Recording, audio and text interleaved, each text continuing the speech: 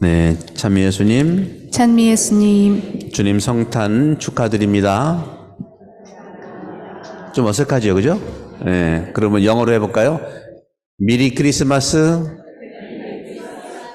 지나갔으니까 미리가 아닌가요? 저는 메리 크리스마스 그러면 메리가 강아지 같아가지고 옛날에 우리 키울 때 강아지를 왜 메리메리 했나 몰라. 그리스도께서 오늘 태어나셨는데, 예수님이 태어나셨는데 왜 하필이면 아기로 태어나셨을까요? 아기는 한 가정에 기쁨을 주죠. 그죠? 힘들고 어려운 삶을 살다 하더라도 아기가 탄생하면 너무너무 기쁘고 행복한 거예요. 그리고 톨스토이도 그런 얘기를 했습니다. 아기의 웃음소리는 사람을 치유한다. 그래서 아기 예수님이 이 세상에 오신 것은 가장 낮은 자로, 가장 보살핌을 받아야 할 자로, 아기는 아무리 예수님이라 하더라도 보살핌을 받아야 되는 거예요. 보살핌 받을 자가 예수입니다. 그러니 우리는 예수님 어디서 찾을까? 성체를 통해서도 당연히 우리는 성사적으로 주님을 모시지만 나의 보살핌을 받을 자가 바로 지금 나에게, 여러분에게 예수님이라는 거죠. 그래서 오늘 아기 예수님을 우리는 경배하는 것이죠. 그런데 이 장식들을 보십시오. 저기 별이 있죠, 별. 다 빛나고, 추리도 그렇고, 이 구유도 그렇고, 별이 반짝반짝해요. 그리스도교는요, 빛의 종교입니다. 빛으로 오셨다는 거죠. 빛의 종교. 그렇죠? 오늘 복음도 계속 빛 얘기고, 이사야서라든가 제2독서라든가 전부 다 빛에 대해서 얘기를 합니다. 예수님은 부활절에도 빛으로 그리스도의 광명으로 오셔요.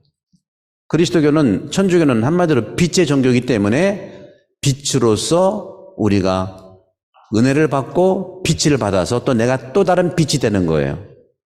받기만 하고 주지 않으면 받아도 나는 투명하지 않게 되는 거예요. 프리즘 아시죠? 프리즘? 이렇게 보면 빛이 들어오면 더 확대되잖아요. 바로 프리즘이 예수 그리스도이고 우리도 빛으로 살아가는 건데, 빛이 부담스럽다면 작은 빛으로 살아가십시오. 작은 빛일 때 얼마나 강해지냐면 어둠 속에서는 작은 빛이라도 굉장한 광채를 냅니다. 그래서 빛은 바로 예수 그리스도이시고 우리도 그 빛을 통해서 또 다른 빛으로 살아가는 것. 그렇다면 이 세상에는 가난한 사람도 없고 분쟁도 없고 미움도 없고 시기 질투도 없을 수 있어요. 그러나 그런 감정들은 당연히 생기기 마련인데, 그런 감정들이 프리즘에 약간 뭐라고 합니까? 투명하지 않게 되는 거라고 보시면 돼요. 그 감정들은 나한테는 옳은 거지만 거기에 빠지게 된다면 내 프리즘에 나 자신이 흐려질 수밖에 없죠. 그러면 빛을 아무리 받아도 나가는 빛이 흐려지는 거예요. 그러니까 감정은 흘러내보내야 되잖아요. 좋은 것이든 안 좋은 것이 흘러내보내는 거예요. 우리가 성탄을 그동안 대림식에 준비하면서 당연히 요셉 성인 예수님, 또 마리아 성가정인데 우리가 존경하고 공경하지만 그분들하고 고통과 걱정과 염려가 왜 없겠습니까? 처녀가 생각지도 않은 아기를 가졌는데 남편 요셉은 얼마나 걱정하고 그렇게 했습니까? 그럼에도 불구하고 빛이라고 하는 그 하느님의 빛이 그런 걱정과 염려를 통과해서 맑아지는 거예요.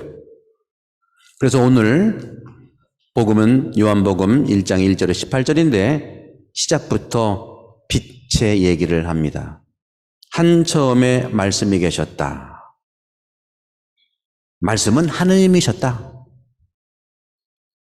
그리고 모든 것이 그분을 통해서 생겨났고 그분 안에 생명이 있고 그 생명은 사람들의 빛이었다 하고 말합니다. 다 동의어입니다, 여러분들. 말씀, 생명, 빛, 사랑 다 동의어예요. 동의어. 빛의 종교이면서 사랑의 종교이고 생명의 종교이고 말씀의 종교라는 거죠. 그래서 저는 여러분들께 이 빛이라고 하는 말씀, 빛이라고 하는 생명, 빛이라고 하는 영의 축복된 말씀을 나누고자 합니다. 오늘 복음에 보면 5절에 보면 그 빛이 어둠 속에서 비치고 있지만 어둠은 그를 깨닫지 못하였다고 그랬어요. 어둠은 어둠이지요. 깨닫지 못한 자에게 빛이 들어갈 때 환해질 수밖에 없죠. 그래서 저는 깨닫는 거, 깨달음이라는 거, 깨어난다고 하는 거, 일어난다는 거 다 동의어인데 어떻게 하면 우리는 깨닫는 삶을 살까? 세 가지 깨닫는 삶의 근거가 되는 기준이 있습니다. 첫 번째, 받아들이는 삶을 살면 나는 깨닫는 사람이에요. 받아들이는 삶. 오늘 복음에 보십시오. 오늘 복음에 보면은 10절, 11절, 12절에 세상은 그분을 알아보지 못하였다. 모르니까 받아들이지 않는 거예요. 많이 알면 많이 사랑할 수 있어요. 물론 많이 안다고 다 사랑은 아니지만 알아야 사랑하는 거예요. 감정으로는요, 한계가 있어요. 그래서 내가 깨닫는 삶을 사느냐는 첫 번째, 내가 받아들이는 삶을 사느냐. 받아들인다는 것은 오늘 복음에 나온 것처럼 10절에 나온 것처럼 세상은 그분을 알아보지 못했다. 알아보지 못한 게 어둠의 특징이고 바로 빛을 통해서 알아차리게 되는 것이죠. 그러면 받아들이는 거예요. 두 번째로 깨닫는 삶의 근거로서 원리로서는 두 번째는 즐거움입니다. 내가 인생을 살면서 즐겁다면 그분은 깨닫는 삶을 사시는 거예요. 깨닫는 거예요. 기쁘다 구주 오셨네. 기쁘잖아요. 그죠? 즐거움. 이것이 깨닫는 자의 삶이에요. 그러니까 받아들이는 것과 즐거움을 산다고 하는 것은 작은 일에서부터 큰 일까지 이것이 하나라도 있으면 깨닫는 자의 삶입니다. 반대로 없다면 오늘 복음에 나온 것처럼 어둠은 깨닫지 못하였다. 내가 조금 이렇게 어둠 속에 있는 것이다 하고 들여다보면 되는 것이죠. 마지막으로 한 가지 깨닫는 삶의 마지막 기준이 되는 것은 열정입니다. 내가 받아들이는 삶, 그러니까 받아들임이 있고 즐거움이 있고 열정이 있다면 이 중에 하나만 있어도 돼요. 있다면 깨닫는 자예요. 그럼 열정은 뭡니까? 그동안 제가 강론을 수차례 하면서 열정은 좋은 것도 아니고 나쁜 것도 아니고 이렇게 약간은 경계의 대상으로서 열정을 얘기했어요. 그러나 여기서 말하는 열정은 단어가 달라요. 보통 열정하면 영어로 패션, 또 라틴말로 파시오라고 하는데 그런 열정이 아니라 언제도 말씀드렸습니다. 바로 인스피레이션, 이거 영감이라고 하죠. 인스피레이션, 그리고 엔투아시아즘, 영어인데 엔투아시아즘. 이거는 다 똑같이 인스피레이션도 열정이고 엔투아시아즘도 열정이에요. 근데 단어를 가만히 보면 in, spirit, 내 안에 영이 있으면 그게 열정인 겁니다. 내 안에 욕심이 있으면 열정이 아니에요. 착각하는 거예요. 그래서 결국에는 그 열정이 나를 힘들게 하고 상대방도 힘들게 하는 겁니다. inspiration, 내 안에 영이 들어가 있는 것을 열정이라고 하는 겁니다. 또 한 가지 엔투아시아즘은 뭐야? N은 뭐냐면 N은 그것도 영어로 in이에요. in. 엔투아스는 테우스라고 하는 히란 말로 하느님이에요. 하느님 안에 있는 것이 바로 열정입니다. 제가 어저께도 말씀드렸어요. 이 세상을 살면서 이 세상의 삶이 녹록지 않죠. 우리 열심히 사는 사람들은 이번 성탄 때 주님께 무엇을 봉헌할까? 사순절에도 그래요. 내 담배를 끊을까? 또는 쇼핑을 좀 중단할까? 안 돼요, 여러분들. 그것도 아름다운 일이지만 세상 일을 내려놓으려고 하는 걱정을 하지 말고 하느님을 더 적극적으로 선택하십시오. 하느님을 더 적극적으로 선택하면 나의 세상을 내려놓는 일은 안 해도 돼요. 우리는 걱정이 많아가지고 내가 하는 여러 가지를 끊어버리려고 그래. 근데 목숨은 끊지 마셔. 하느님 안에 적극적인 선택을 하는 것이 엔투아스임이고 영 안에 적극적으로 살아가는 것이 열정입니다. 그래서 이 세 가지, 받아들임, 그리고 즐거움, 그리고 열정, 이 중에 하나만 있어도 돼요. 다 통하니까. 이 하나가 결국에는 나를 깨닫게 하는 삶을 산다는 것이죠. 여러분, 우리 안에는 다 이것이 있습니다. 지속적으로 안 된다 걱정하지 마시고 하나씩 하나씩 느끼시면 되는 거죠. 그래서 깨닫지 못한다는 이 말에 대한 말씀은 빛으로서 우리에게 드러내는 것이죠. 저는 여러분들에게 이 성탄을 맞이해서 이 깨닫는 삶에 대한 여러분들 걱정을 내려놓으십시오. 내가 깨달은 삶이라 이런 결과를 내는 게 아니라 정말 즐겁게만 살면 깨닫게 되는 거예요. 목표를 깨닫는 거로 두지 마시고 즐겁게 살면 깨닫는 삶이고 받아들이면 깨닫는 거예요. 거꾸로예요. 나는 깨닫지 못하는가 봐. 그러게 아니라 하느님 안에 적극적으로 살아가 보세요. 어떤 일을 하든지 작은 데에서 큰 것까지 하나만 가지고 있으면 여러분들은 하느님 안에서 깨닫는 사람이라는 것을 알게 되는 것이고 또 몰라도 돼요. 세 개만 있으면 됩니다. 그리스도의 종교는 빛의 종교라고 말씀드렸어요. 그 빛은 말씀이고 생명이고 사랑이고 특별히 저는 오늘 한처음에 말씀에 계셨고 말씀은 하느님이셨다 이 말에 집중하고 싶습니다. 말씀은 하느님이시래요. 우리는 어제도 잠깐 말씀드렸는데 여러 가지 말들이 있어요. 그죠? 말이 얼마나 중요합니까? 그죠? 그래서 한국에서는 수년 전에 말에 대한 책이 굉장히 불티나게 팔렸어요. 말의 온도, 또 언어의 뭐더라 많이 나왔는데 말에는 여러 가지가 있는데 특히 잔소리 하는 말이죠. 잔소리. 잔소리는 어떤 말이냐면 맞는 말을 기분 나쁘게 하는 거래. 맞는 말을 아주 기분 나쁘게 하는 게 잔소리야. 그러니까 그 메시지만 받아들이고 근데 감정이 있기 때문에 잘 안 되잖아요. 그죠? 또 두 번째는 감정이 전혀 없는 말. 감정이 전혀 없어요. 고객님 안녕하십니까?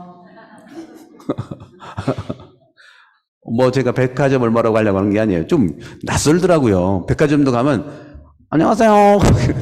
말도 못하겠어. 코 먹은 소리에다가 어떻게 나와. 그러면 저도 그래요. 이렇게 나와. 이거를 데이터 언어라고 하나. 데이터 언어. 됐어. 그럴 수도 있고. 그런데 저는 이 말씀은 하느님이셨다 이 말은 영적 언어를 얘기해요. 영적 언어. spiritual language.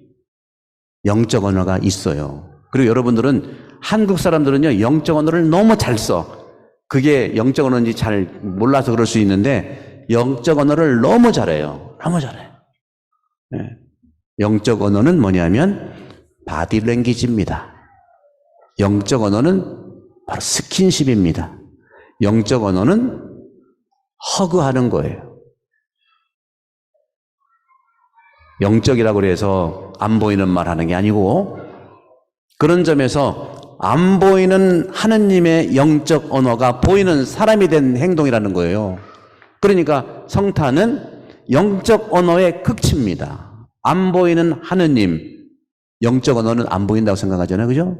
마음에서 사랑하는 마음과 이런 안 보이는 느낌이 아니라 안 보이는 그런 또 아름다운 사랑의 그런 그 감정들이 안 보이잖아. 그거를 보이게 하는 게 영적 언어이죠. 그래서 많은 사람들이 심리학자들이 얘기를 해요. 어제도 그런 말씀 드렸는데,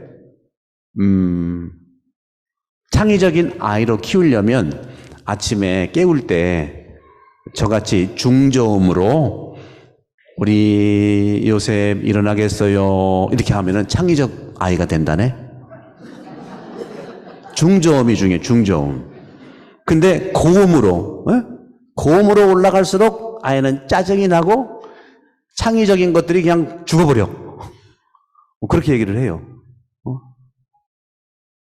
더 이 중저음보다 좋은 것은 허그하면서 일어나 하고 중저음을 하는 게 중요해.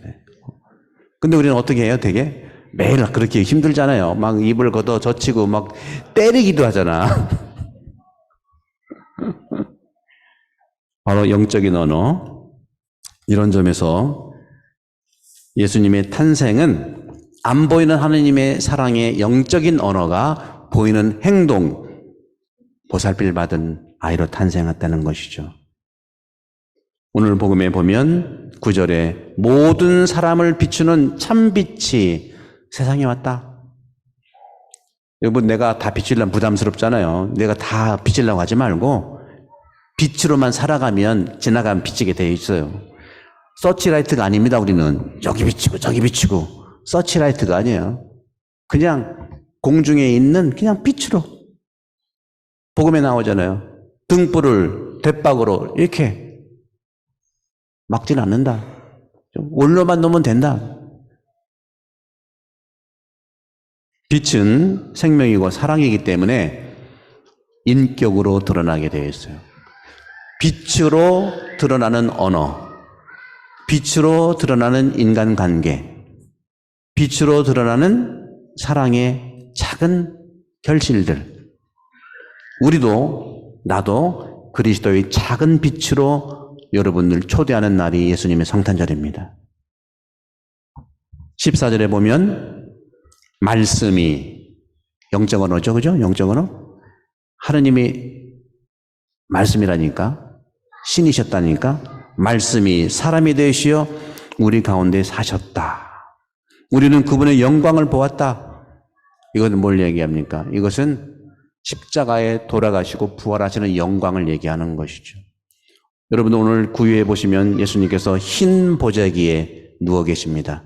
흰 보자기는 수위를 얘기해요. 죽을 때 사람들을 이렇게 감아내는 거죠. 사제들은요, 이 제의가 수위입니다. 사제들은 세상을 떠나면 수위가 따로 없어 평생 입고 기도하는 이 제의가 수위예요. 예수님도 흰 보대기에 태어난 것처럼 돌아가실 때도 이 흰 보대기에 쌓아서 돌아가시는 거죠. 그러니까 왜 하느님은 아기가 되셨냐?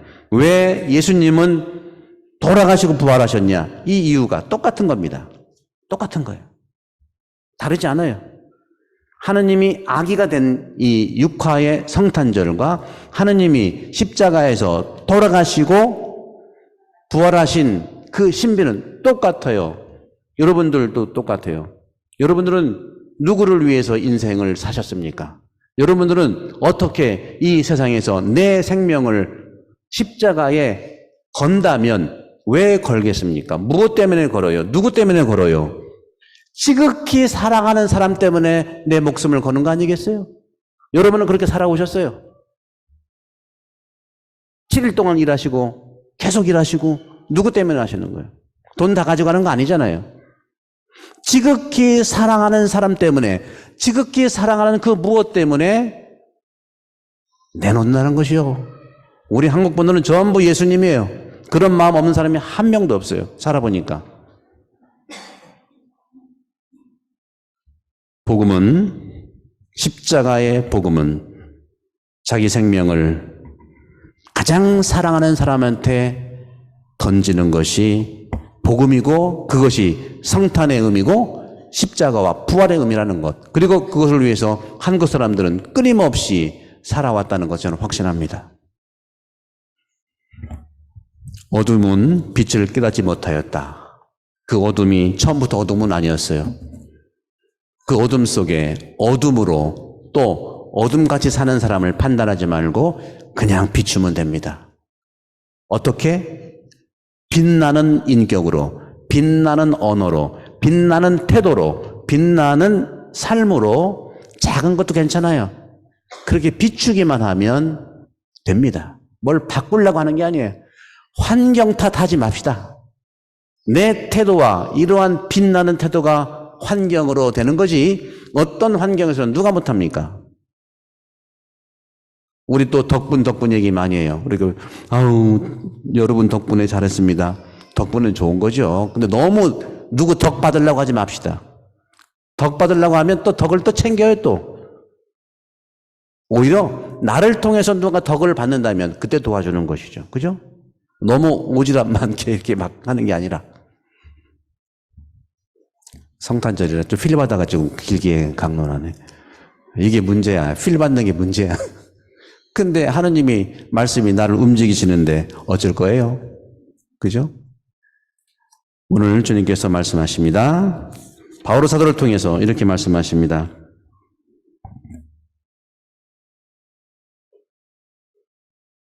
너는 내 아들, 내가 오늘 너를 낳았노라. 예수님이 태어나셔서 세례 받으실 때 이는 내 사랑하는 아들, 그의 말을 들어라 했어요. 그죠? 오늘 두 가지만 말씀드려요. 이게 그리스도교의 핵심이 되는 말입니다. 하느님이 예수님이 세례 받을 때 그런 말, 이는 내 사랑하는 아들이니 빛이니 말씀이니 생명이니 그의 말을 들어라. 그러니까 우리는 예수를 믿는 게 아니라 예수를 따라야 돼요. 예수를 따라가기 위해서 우리는 말씀을 자주 만나야죠. 그리고 그리스도는요, 믿어야 돼요. 이게 구분이 돼야 됩니다. 아무거나 믿는 게 아니에요. 우리는 믿음이 좋은데 아무거나 믿으려고 그래요. 사이비도 아주 잘래, 한국은. 분명히 저는 성탄절에 말씀을 통해서 말씀드립니다.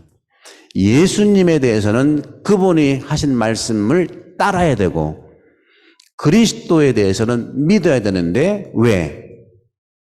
예수님은 하나님이 사랑하시는 사람이라 그의 말을 들으라고 그랬어요. 따르라고 그랬어요. 그런데 그리스도께서는 오늘 요한복음에 특별히 세상을 사랑하신 나머지라는 말이 써 있어요. 요한복음에. 그리스도는 왜 우리가 믿어야 되느냐? 세상을 사랑하셨기 때문에 믿어야 되는 거예요. 세상을 사랑하신 나머지. 그런데 예수님이나 그리스도께 무슨 모르겠어요. 다른 건 아니고 비나이다 그렇게 믿는 게 아니라 예수가 믿었던 그 믿음을 믿어라 그 소리입니다. 그것이 바오로 사도가 잘 설명이 되어 있어요. 바오로 사도는요, 그리스도가 믿었던 하느님과 제자와 사람들이 믿었던 그 믿음을 믿으라고 하는 거예요. 거두절미하고 비나이다 그게 아니라니까요. 분명한 그런 믿음의 가치를 가지고 믿으라는, 그러기 위해서는 예수를 따르고 그리스도를 믿어라. 이것이 예수님 삶의 핵심이라는 말씀 드리고 여러분 성탄절 주님 축복 속에서 행복하시기를 기도합니다.